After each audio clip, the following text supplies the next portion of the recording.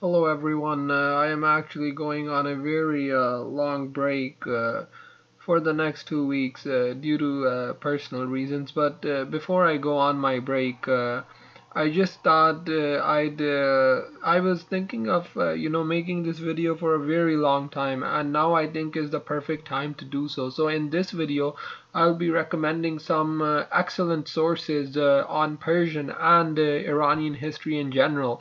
And these sources, the majority of these sources are actually academic sources, and they also require a lot of intellectual understanding as well as understanding on an academic level.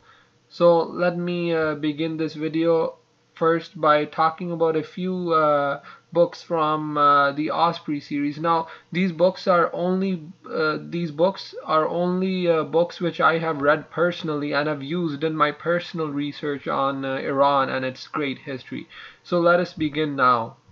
The first book we're worth checking out is Osprey Publishing's The Persian Army 560 to 330 BCE by Nicholas Secunda.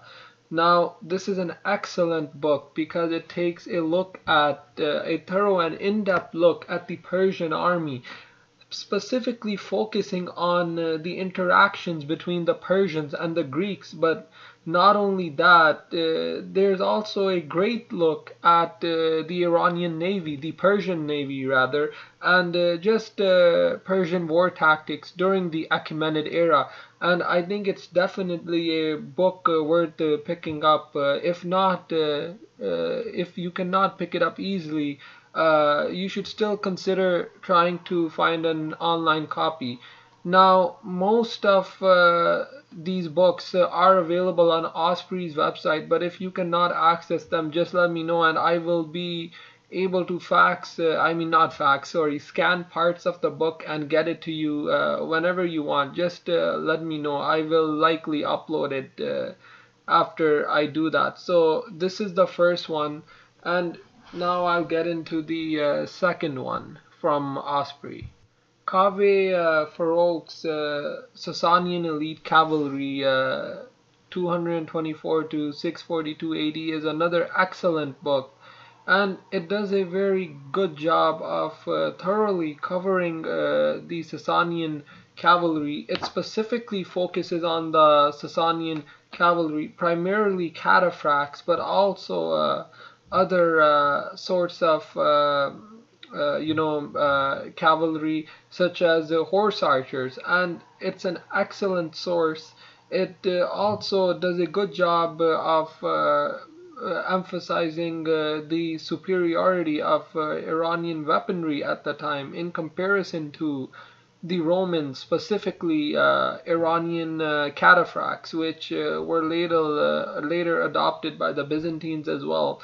And this covers nearly the entirety of the Sassanid Empire's history, except the final 9 years. So it's another book well worth checking out. Now, moving on, another excellent source here is Kaveh Farouk's most recent book, and this book takes a great look at the entire military of the Sassanids throughout their whole history. It is titled The Ancient Armies of Persia, and it's a very recent release coming out on the 31st of October. It takes a look at the evolution of the Sassanian army, but not only that, also Sassanian battle tactics and warfare tactics of the Sassanians in general. Some battles it takes a look at are the main ones: the Battle of Samarra, which was against the Romans, as well as the Battle of Edessa against the Romans as well. And in both of these battles,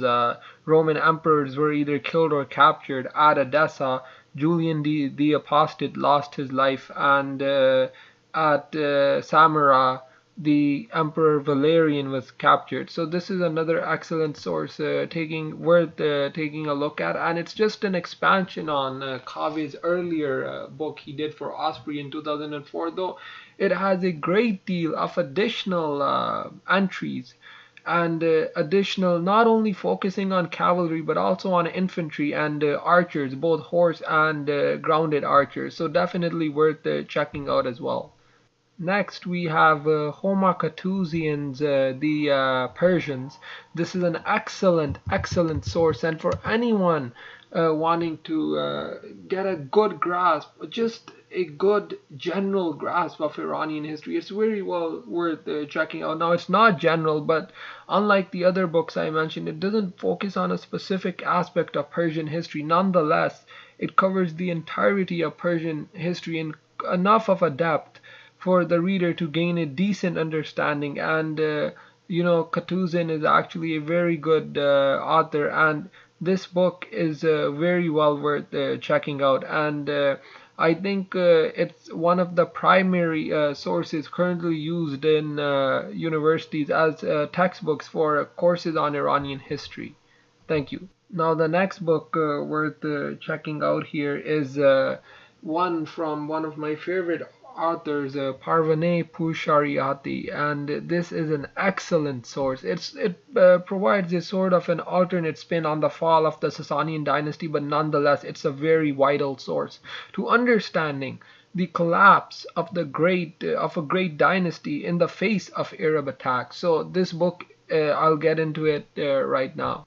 Decline and fall of the Sassanian Empire, the Sassanian Parthian Confederacy, and the Arab conquest of Iran takes an excellent look at the last days of the Sassanid Empire. And the main argument here is that the Sassanid Empire was never a unified empire. Rather, it was a collection of, it was basically a confederacy dominated by the seven Parthian clans who were aligned to the Sassanid emperor, who they recognized as their overlord. So though the Sassanid Empire in other historiographies seems very centralized, this book says that no, that's not the case, and the reality is that the Sassanid Empire was actually very much a divided empire, not only in terms of the elite, the ruling class, but also much of the Dehqan class as well. And most of these Marzbans and Dehqans actually had loyalties to the different Parthian clans. And towards the end of the Sassanid era, these clans there was a great deal of friction between the clans and the ruling Sassanian family, specifically following the disastrous wars with the Byzantines initiated by Khusro, and this focuses on the resulting civil war which began, and she argues that it was this civil war which allowed the Arabs to conquer Iran so thoroughly and efficiently. So it's another excellent source worth checking out. The next source is from the great Patricia Crone, who passed away in 2014, but nonetheless this is a very solid source.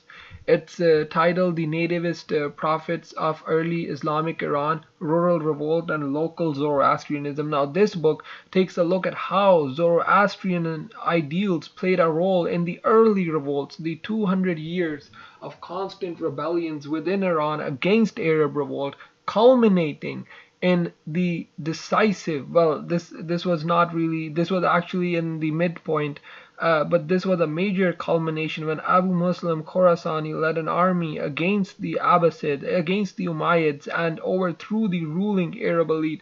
And this transition led to a greater acceptance of Persian culture and Persian customs among the Arab elite, thoroughly becoming Persianized in all but language. And even after this, nonetheless, the revolts continued because the Abbasids never lived up to the expectations placed on them by the native Iranians. And these revolts were highly influenced by early Zoroastrian ideals, very esoteric and very much very distinct in comparison to the Zoroastrianism found in the late Sassanian period, which was very highly organized.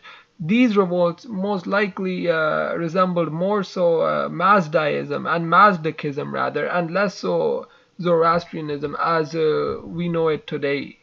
The majority of these uprisings were antinomian in nature, and this means that they were very esoteric related. They were very much away from traditional Zoroastrianism and sort of a precursor to Sufism, and they focused around the theme of reincarnation and redemption, and many of the primary leaders of these revolts were Babak, Khorramdin, as well as Mazyar.